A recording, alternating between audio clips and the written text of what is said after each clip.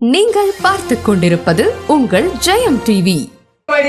அவ எங்க அக்காவுக்கு என்னை பக்கநாசத்துல மடிச்ச மாதிரி மடிக்க 1 மணி நேரம் எப்படி மடிக்கா ஆமா மடிப்பா மடிச்சுக்கிட்டே இருப்பா. நான் இதோ வந்துருக்கேன், நீங்க போய்கிட்டு இருக்க வர்றேன்னா கைகேசிய பார்த்தார். ஆகா என்ன கைகேசி ஆகா சீக்கிரம் கிளம்பி வாமாண்டேன். சரி எங்க போனோம், எதுக்கு வரணும், இப்ப எங்க கிளம்பணும், இன்னைக்கு என்ன விசேஷம் நம்ம அரண்மனையில? பைத்தியக்காரி, நம்ம பிள்ளை ராமனுக்கு முடிசூட்டு விழா 10 நிமிஷத்துல நடக்க போகுது. என் பிள்ளை ராமனுக்கு முடிசூட்டு விழா இல்லை, என் பிள்ளை பரதன் தானே. என் பிள்ளை பரதனுக்கு முடிசூட்டணுமே. சரி, ராமனுக்கு முடிசூட்டுறீல.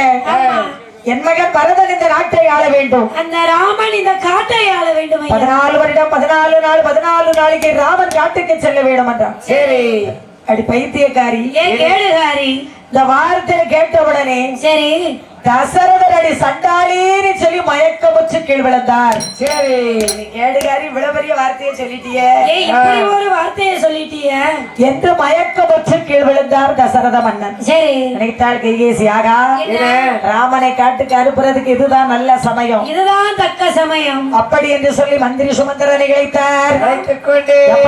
எப்பா மந்திரி வந்து சொல்ல என்று சொல்லி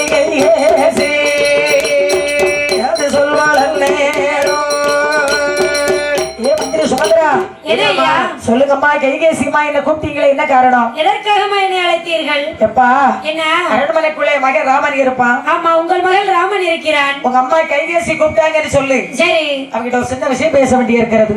இப்போதே அழைத்து வருகிறேன் அம்மா என்று மந்திரி சுமந்திரன் ஓடோடி வருகிறான். சரி, அங்க ராமன் பட்டி வேஷ்டி பட்டு சட்டையெல்லாம் போட்டு நல்ல நேரியல் போட்டு, சரி நல்ல நேரியல் உள்ள தலப்பா கட்டி நிலை கண்ணாடி முன்னாலே அமர்ந்து சரி அந்த தங்க கிரீடத்தை எடுத்து ராமனுடைய தலையில வைத்து அழகு பார்த்து கொண்டிருக்கிறாள் சீதா. ஆமா நாதா, என்ன இன்னும் 10 நிமிஷத்துல, இன்னும் 5 நிமிஷத்துல இந்த 56 தேசத்துக்கும் நீங்க தான் ராஜா. ஆமா, இந்த 56 தேசத்துக்கும் நீங்க தான் கிங் என்று தங்க கிரீடத்தை தூக்கி தலையில வைப்பாளோ கீழே வைப்பாளோ, மறுபடி தலையில வைப்பாளோ அவ கீழே வைப்பாளோ. இங்க மந்திரி வந்து வாசல்ல பார்த்தோடனே ஸ்டக் ஆயிட்டான். சுவாமி ராகவான். அப்போ ராமன் கேட்டார், என்னப்பா மந்திரி, என்னப்பா மந்திரி, எதற்காகப்பா என்னை அழைக்கிறீர்கள்? சுமந்திரா, என்னை அழைத்த காரணம் என்ன? சரி சுவாமி ராகவா, உங்க அம்மா கைகேசி அம்மா உங்களை பார்க்கணும்னாங்க. எங்க அம்மா கைகேசி அம்மாவா என்னை அழைத்தார்கள்? ஆமா, ஏதோ விஷயம் பேசணுமா? ஆமா, எங்க அம்மா கூப்பிட்டாங்களா? எங்க அம்மா கூப்பிட்டா காரணமா தான் கூப்பிடுவாங்க. எங்க அம்மா கைகேசி அம்மா கூப்பிட்டாங்கன்னா எது காரணம் இருக்கும் பண்ணி சீதா. சரி, நீ இதுல உட்காரு. ஆமா, அம்மா கூப்பிட்டுருக்காங்க, என்னன்னு கேட்டு வர்றேன். நாதா, எந்திரிச்சு போக வேண்டாம் நாதா, என்னன்னு முடிசூட்டுறதுக்கு 5 நிமிஷம் தான் இருக்கு. அம்மா கூப்பிட்டுருக்காங்க, என்னன்னு கேட்கணும் இல்லையா? சரி என்று ஹரிராமச்சந்திர போதியானவர் அவர் அரண்மனைக்குள் வந்தல்ல தாயே கைகேசி தலோரி காரணத்தை எனக்கு அறிய சொல்ல வேணும் சொல்லியும் பெருமா எடுத்துரைக்கும் வேளையிலே. அம்மா வணக்கம். சரி அம்மா கைகேசி அம்மா, என்ன கூப்பிட்டீங்களாமே, என்னமா காரணம்?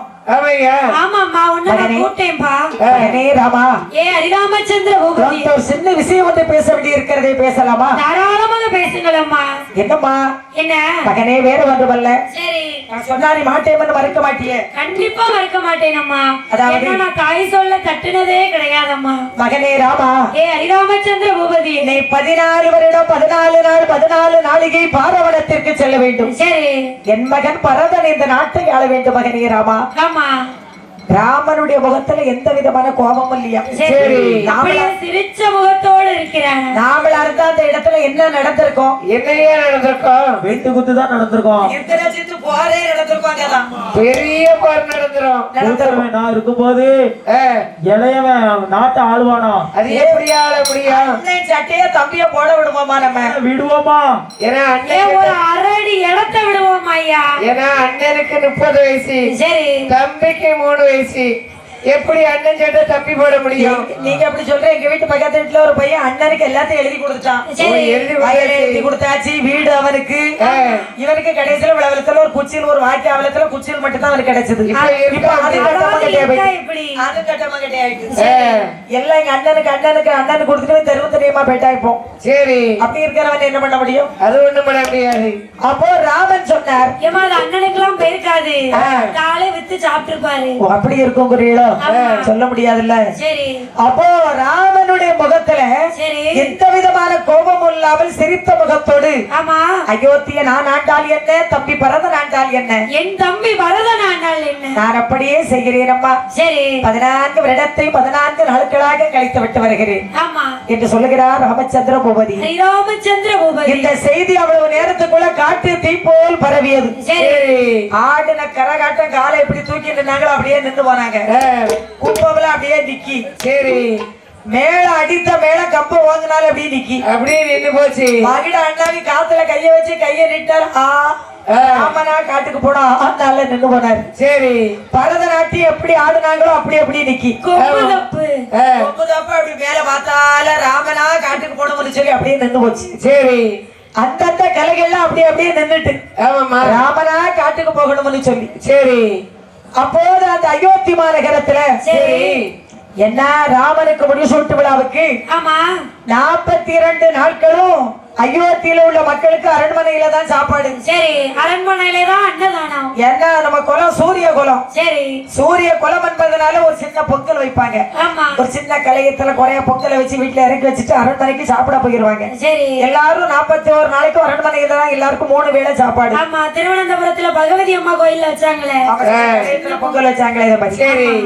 அப்போது அது போல அங்க 41 நாளும் அரண்மனையில தான் சாப்பாடு அயோத்தி நாட்டு மக்களுக்கு. சரி. இந்த செய்தி காட்டு தீ போல் பரவியது. ஆமா. அரண்மனைக்குள்ள வந்தார் ஹரி ராமச்சந்திர பூபதி. ஸ்ரீராமச்சந்திர பூபதி. இந்த பட்டாடைகளை கழட்டி வைத்த அவர் காவியோடை தானே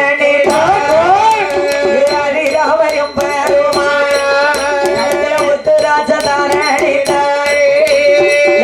கொரடி காலி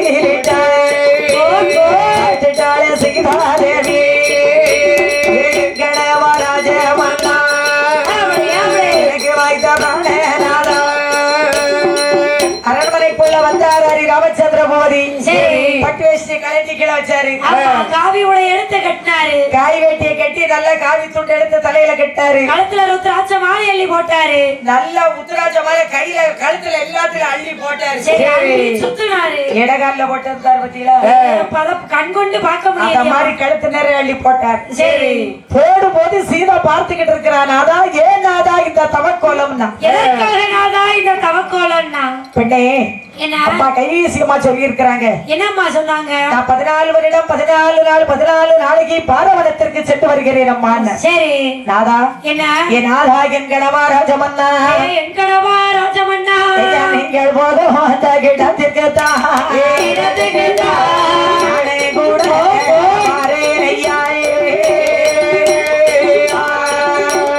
நீங்கள் போகும் இடத்துக்கு தான் நானே கூட வாரேன் ஐயா.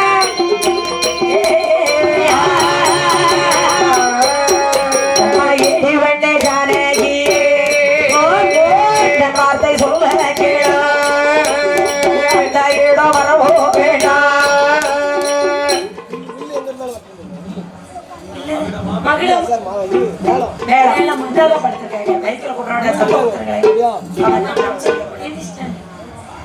அதாவது சரி. அப்போ ராமர் எழுத்தார். ஆமா. சீதா சொல்றான். என்னம்மா சொல்றா? நாதா எங்க புறப்பட்டாச்சு நாதாண்டா. ஆமா, எதற்காக நாதா இந்த தவக்கோலம்னா? நான் கானவனத்திற்கு சென்று வருகிறேன் அம்மா. ஆமா. என் நாதா என் கணவா ராஜமன்னா, என் கணவா ராஜமன்னா, நீங்கள் போகக்கூடிய இடத்திற்கு நான் வருவேன் சுவாமி. ஆமா, நீங்க எங்க போனாலும் நான் வருவேன் வருவேன் பகவானே. பெண்ணே சீதா, என்ன? வனத்துல கல்லு முள்ளு கரடு முரடான பாதை உண்டு. சரி. அதிலே உன் பாதம் படுவதா லோகமாதா ஜானகி தேவி. ஆமா, தாமரை புஷ்பம் போல் இருக்கக்கூடிய உன் பாதம் அங்கு படுவதாமா. நாதா, நாட்டை ஆளக்கூடிய மன்னனுடைய பாதமே கல்லு முள்ளுல படும்போது, சரி, இந்த மனைவி நீங்க காலவனத்தில ஆமா, காய் கனி கிழங்கு வகைகளை சாப்பிட வேண்டும். சரி, நான் அரண்மனையில் இருந்து அறுசுவை உண்பதா சுவாமி. எப்படி சுவாமி என்னால் அறுசுவை உண்க முடியும்? என் நாதா, என் கணவா ராஜமன்னா, என் கணவா ராஜமன்னா, மன்னனில் சோரதோதா தெரியும் ஐயா, கணவனில் சோரதோதா அறிமருந்தா தெரியும் ஐயா, புருஷனில் சோரதோதா எனக்கு முழு போல தெரியும் ஐயா, நீங்கள் போகுவா இடத்திற்கு தாயே, போகுவா இடத்திற்கு தாயே, நானே கூட வாழறியா, நீங்கள் போகோ இடத்துக்குதான், போடு நீங்கள் போகோ இடத்துக்குதான், அங்கே நானும் கூட வாழேனையா.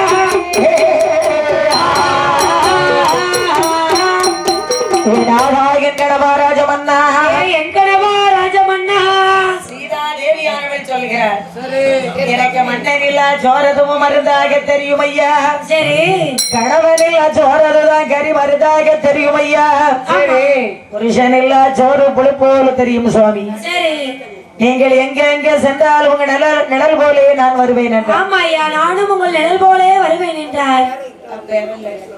அப்போ பார்த்தா ஹரி ராமச்சந்திர பூபதி சொல்லுகிறார். என்னமா சொல்லுகிறார்? அப்போது அங்கு பார்த்தார் ஹரி ராமச்சந்திர பூபதியானவர். ராமச்சந்திர பூபதியானவர். சரி, அப்ப சீதா நீனு என்னோட வருவேன்னு சொல்றியா? ஆமா நாதா, நீங்க எங்க போனாலும் நானும் வருவேன் நாதா. சீதா புறப்பட்டார். காவிக்கல்ல ஒரு சேலை எடுத்து கட்டினா. சரி, அவளு உத்தராட்ச மாலையடி கழுத்துல போட்டாள் அன்னை ஜானகி தேவி. ஆமா, இவ்வளவு நடந்துகிட்டு இருக்கு. சரி, லட்சுமண பெருமாள் அண்ணனை சபா மண்டபத்துக்கு அழைக்க வர்றாரு. ஆமா, அண்ணா கிளம்பிட்டீங்களான்னு வாசல்ல வந்தவனே அண்ணனை பார்த்து பிரேக் போட்டிருக்கார். அப்படியே சாக்காய் போய் நிக்காரு. அண்ணா ஏன் அண்ணா இந்த தவக்கோலம்?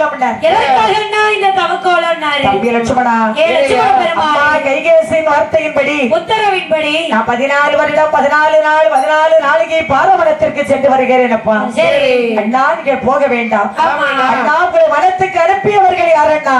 நம்ம கைகேசி அம்மா தாமா வனத்துக்கு அனுப்பினார். என்ன விடுங்க. ஏப்பா எங்கப்பா போற? ஏன் தம்பி, ஏன் லட்சுமணா, தம்பி கொஞ்சம் பொறுமையா அம்மாவை பார்த்துட்டு வாருங்க. எப்பா ஒன்னே கூப்பிடல, மேலக்காரங்களை கூப்பிட்டாங்க. சரி, உணர்ச்சி வசப்படாம உட்காருப்பா. உங்களை வனத்துக்கு அனுப்பினவங்களை தான் நான் பார்க்க போறேன். தம்பி, என்ன?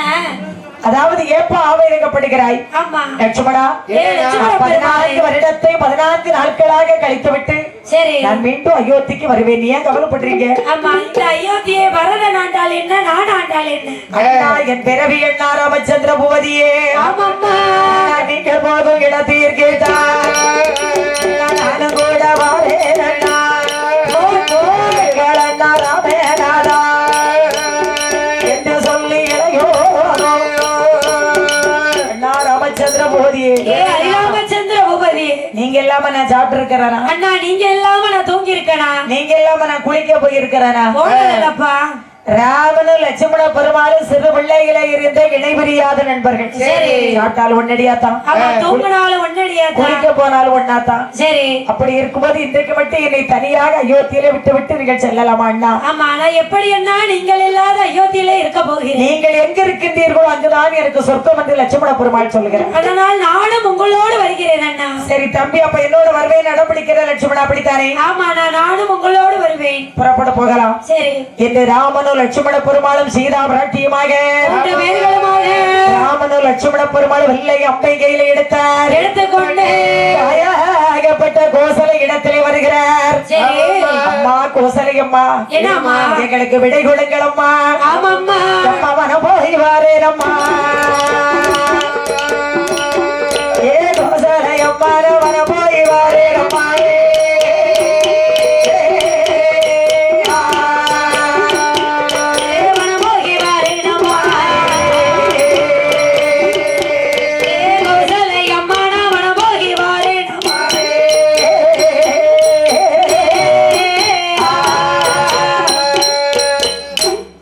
கோசலை அம்மா என்னம்மா நான் வனத்திற்கு சென்று வருகிறேன் அம்மா ஆமம்மா என்று கோசலை இடத்தில் விடைகள் பெற்றார் ராமன். ஸ்ரீராமச்சந்திர பூபதி அப்போ ராமனுடைய முகத்தை பார்த்த உடனே கோசலை அழுகிறார். சரி ஏ மகனே ராமச்சந்திர பூபதியே, ஹரிராமச்சந்திர பூபதியே, அப்பா என் மகனே ராமநாதா, உனக்கு என்ன வந்ததடா?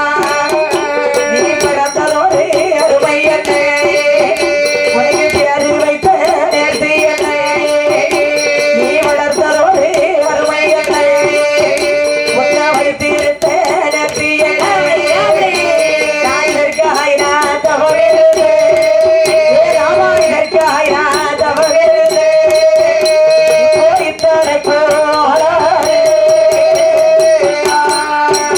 அங்கே இதற்காய் நான் தவிரனே, இதற்காய் நான் தவிரனே, இப்போ இத்தனைக்கோ ஆளாரே.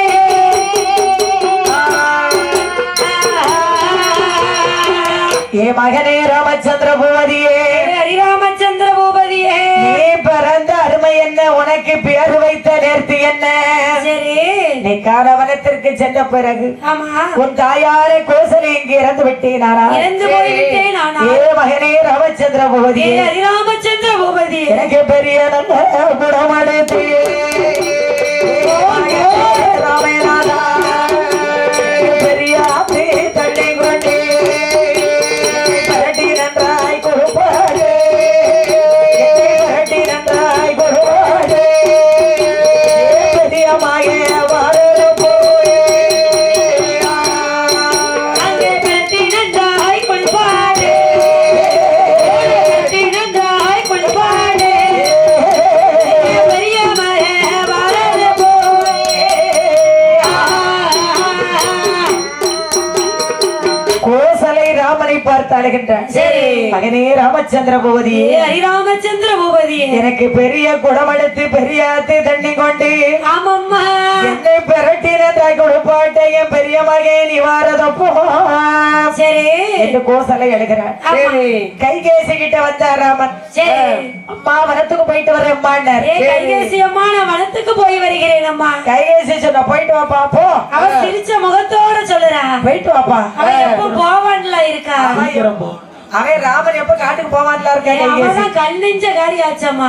சுமித்தே ஓ கண்ணஞ்சக்காரி இருக்கதே பாறைக்குள்ள இருக்க, அப்புறம் அவன் மனசு பாறை பாறையா தானே இருக்கும். ஓஹோ ஓ பாறைக்குள்ள இருந்ததுனால மனசு பாறை ஆயிட்டு, ஆமா அதனால என்னம்மா அப்போ சுமித்திரை இடத்திலே வந்த சரி ஹரிராமச்சந்திர பூபதி, ஸ்ரீராமச்சந்திர பூபதி, அம்மா எங்களுக்கு விடை கொடுங்கள் என்றார்கள் ராமனும் லட்சுமண பெருமாளும். சரி. சுமித்திரை லட்சுமண பெருமாளை பார்த்து அழுகிறார். ஆமா. என் மகனே லட்சுமண பெருமாளே, என் மகனே இளையோனே, பார வனத்திற்கு சென்ற பிறகு ஆமம்மா உன்னுடைய தாயார சுபத்ரா தேவி இறந்து விட்டேனால் சரி. எனக்கு சரியா நல்ல குணமடைத்து இளையோரே எனக்கு சாத்து தண்ணி கொண்டு என்னை அடித்து நன்றாய் கொடுப்பாடு, என்னை அடித்து நன்றாய் கொடுப்பாடு, ஏன் சின்னமாக வளர போயே. அங்கே தீட்டு நன்றாய் குளிப்பாடு, ஓடு தீட்டு நன்றாய் குளிப்பாடு, ஏ சின்னமரே வளர போய். சுமித்திரை அழுகிறாள். சரி. ஏ மகனே இளைய பெருமாளே, இளைய பெருமானே, எனக்கு சிறிய குடமெடுத்து சிற்றாத்து தண்ணி கொண்டு ஆமம்மா என்னை தேய்த்து நின்ற குளிப்பாட்டைய சின்ன மகே வரதப்போ சரி. என்று கோசலையும் சுமித்திரையும் ராமனையும் லட்சுமண பெருமாளை பார்த்து அழுகின்றார்கள். சரி அப்படி அழக்கூடிய நேரத்தில் நேரத்தில் அம்மா அப்பாவை நான் பார்க்கலாமான்னார். சரி. மகனே என்னம்மா? நான் சொன்னால் ஒன்றுதானே, சரி உன் தந்தை சொன்னாலும் ஒன்றுதானே. நான் சொன்னால் என்ன அப்பா சொன்னால் என்ன? ஆமா அதாவது சரி. அதாவது எனக்கு யார் சொன்னாலும் ஒன்றுதானம்மா. ஆமா அப்ப அப்பா என்ன செய்யறாரு? ஏ அப்பா தூங்குறாரு. ஓ தூங்குறாரு. அப்பா ரெஸ்ட் எடுத்திருக்காரு. அப்பா கிறக்கத்துல கீழே விழுந்துட்டாருன்னு சொல்லல கைகேசி. சரி. அப்பா தூங்குறாரு, அவரை உசுப்ப வேண்டாம், நீ போயிட்டு வாப்பா. ஏன்னா அப்பா இப்பதான் நல்லா அசந்து ரெஸ்ட் எடுத்து தூங்கிக்கிட்டு இருக்காரு. அவரு தூங்கட்டும், தூங்குறதுக்கு நேரம் இல்ல, அவருக்கு அப்பதானமா நேரம் கிடைச்சிருக்கு அப்படின்னு சொன்னா கைகேசி. சரி. அப்போது மந்திரி சுமந்திரனை அழைத்தார்கள். அழைத்து கொண்டு பாத குரட காலில் போட்டார் ராமன். சரி. மந்திரி சுமந்திரன் தேரை அலங்கரித்தார். ஆமாம்மா. தேரை நன்றாய் அலங்கரித்தார். தேசமன்னன் மந்திரியும் அச்சிக்கிட்டா எண்ணெயிட்டா ரசதனட்டை முறுக்கி வைத்தார். தும்பிக்கை மாலைகளை தோரணமாய் தொங்கலிட்டார். அலங்கரித்த தேரரிலேயே அவர்கிட்டாரே மூன்று பேரும்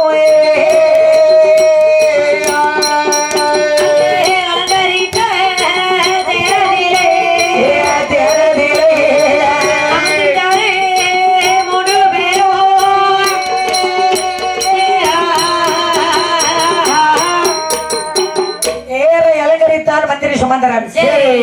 அச்சிக்கு எண்ணெயிட்டார், நட்டுக்களை முறுக்கி வைத்தார். ஆமாமா. தும்பிக்கை மாலைகளை தோரணமாக தொங்கலிட்டார். சரி. வேண்டாம். அலங்கரித்த தேரில் அலங்காரி அயோத்தியை விட்டு கடந்து செல்ல போகிறது. ராமன் சொல்லுகிறார், என்னமா சொல்லுகிறார்? அயோத்தி நாட்டு மக்களே யாரும் கவலைப்படாதீங்க. எதுக்கு எல்லாரும் அழுவீங்க? நல்லா சாப்பிட்டீங்க, நல்லா சாப்பிட்டோம், திருப்தியா சாப்பிட்டோம். உங்களுக்கு டீ வேணும், அது இப்ப ரெடி ஆயிரும். உங்களுக்கு மசாலா டீ வேணுமா, சாதா டீ வேணுமா? எங்க சாதா டீ தான் வேணும், மசாலா டீ வேண்டாம். மசாலா குழம்புக்கு போட்ட மசாலாவாவது குடிச்சிடலாம். மட்டன் பொடி போட்டு தந்திருக்காங்க, பால் டீ தான் வேணும். சரி. அதுக்கப்புறம் டீயே வரலமா. அப்படியா? ஆமா, அந்த மட்டன் டீக்கு பிறகு டீயே வரல. ஓஹோ. அதாவது அங்க அயோத்தி மாநகரத்திலே சரி ராமன் சொல்லுகிறாரு, சரி ஆடு மாடு காளை கண்டுகள் எல்லாம் புறப்பட்டு போகுது. ஆமா, பேருக்கு முன்னால புறப்பட்டு வராங்க. போயிட்டே இருக்கு. ராமன் சொல்றாரு, கோழிய பத்திட்டு போறீங்களா இப்படி? கோழி கொண்டு போயிட்டேயா? அப்ப எங்க நாயையும் கூட்டிட்டு வரேன். கூட்டிட்டு வாங்க. ராணி வீட்டு கூட்டு போட்டி இருக்கீங்க பூச்சிய. பூச்சை பிடிச்சிருக்காங்க, நாங்க கட்டி வைக்கோம். எங்க கட்டி கோழிய கட்டி போட்டாடி, நாயை கட்டி போடுறேன். இது ரொம்ப சௌரியம். அதனால அயோத்தி நாட்டு குடிபடைகள் எல்லாம் புறப்பட்டார்கள். சரி. அப்போது ராமா, நீங்கள் இல்லாத அயோத்தியில நாங்கள் இருக்க மாட்டோம். நாங்களும் உங்களோடு வருவோம். நீங்கள் எங்க இருக்கிறீர்களோ அங்குதான் இந்த அயோத்தி நாட்டு மக்களாகி எங்களுக்கு சொர்க்கம். சரி. எந்த அயோத்தி நாட்டு மக்கள் காளை கட்டுகள் எல்லாம் புறப்பட்டு வருது. குட்டி படைகள் எல்லாம் வருது.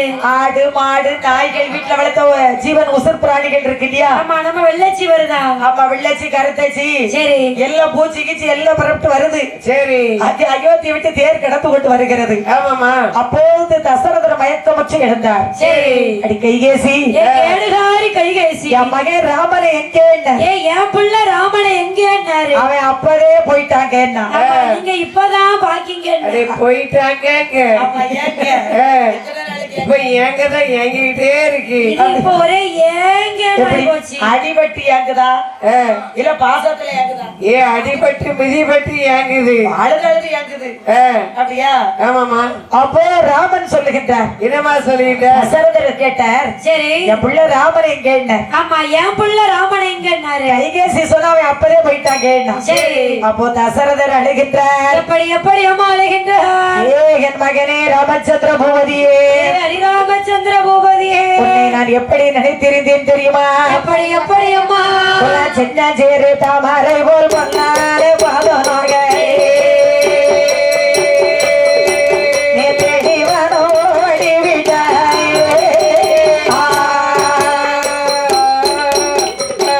சின்ன சிறு தாமரை பூ போன்ற பொன்னான பாதமானது. சரி. நீ தேடி வன ஓடி விட்டாயே ராமா. ராமா, உன்னுடைய பொன்னான பாதம் தாமரை பூ போல் இருக்குமே. சரி. உன்னை முடிக்கமாக விட்டா ஜூட்டி மகபார்க்க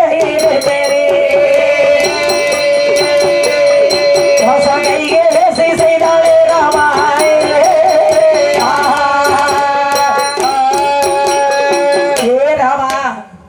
உன் முடிக்கு மகிழ சூட்டி நான் முகமார்க்க இருந்தேனே ராமா. மோசம் கைகேசி செய்து விட்டாளே ராமா. கைகேசி செய்து விட்டாளே ராமா. என் மேல எந்த தவறு இல்லை ராமா, என்ன தவறாக நினைத்து விடாதே ராமா. கீரைக்கு புல்லுருவி முளைக்காதோ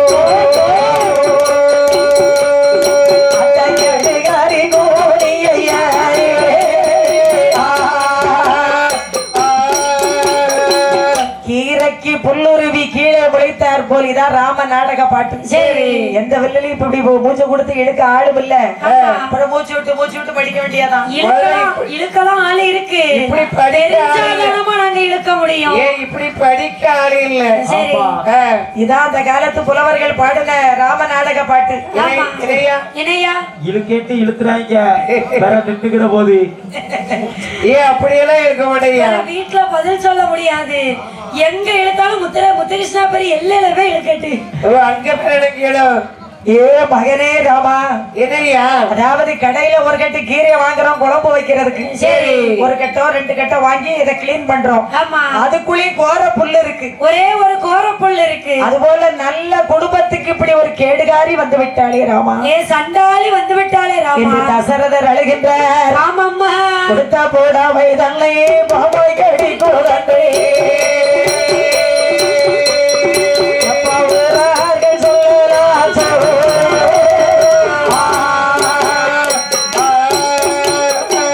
உடுத்த புடவை தன்னை பாப்பாய் கடிக்குதன்று. சரி. நல்ல குடும்பத்துக்கு நம்ம வீட்டிலே ஒரு பாம்பு, கொடிய விஷமுள்ள பாம்பு, ஒரு நல்ல பாம்பு கேடுகாரி கைகேசி விஷமாக இருந்திருக்கிறாளே ராமா. சரி. என் மேல எந்த தவறு இல்லை ராமா. என்ன தவறாக நினைத்து விடாதே ராமா என்று அழுது கொண்டு தசரதர் மூர்ச்சத்து கீழ் விழுந்தார். மூச்சத்து கீழே விழுந்தார். இங்கே இப்படி இருக்கக்கூடிய நேரத்தில் தேரானது அயோத்தியை விட்டு கடந்து வந்து கொண்டிருக்கிறது. அது வனமாது அவரங்கடாது நாடோ விட்டு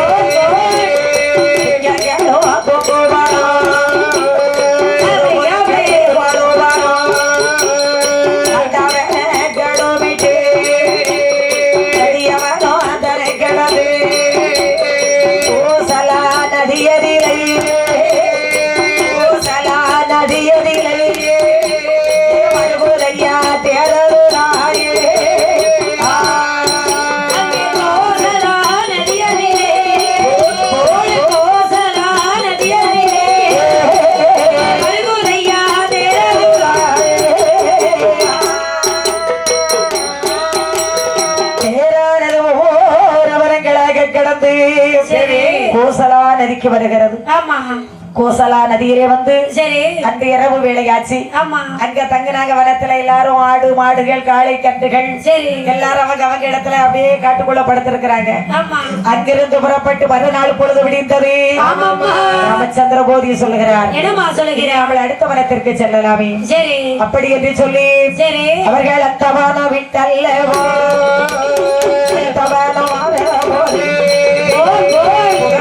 வனவாதி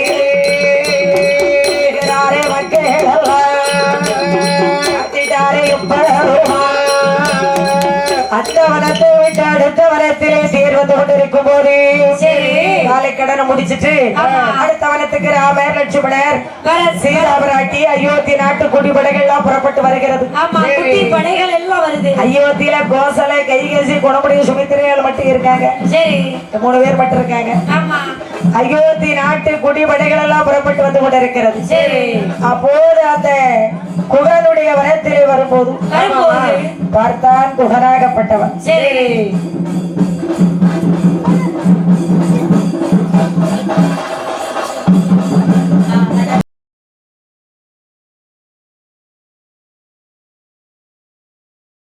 யூடியூப் சேனலை லைக் பண்ணுங்க, ஷேர் பண்ணுங்க, கமெண்ட் பண்ணுங்க, சப்ஸ்கிரைப் பண்ணி பக்கத்துல இருக்க பெல் பட்டனை கிளிக் பண்ணிடுங்க. நன்றி.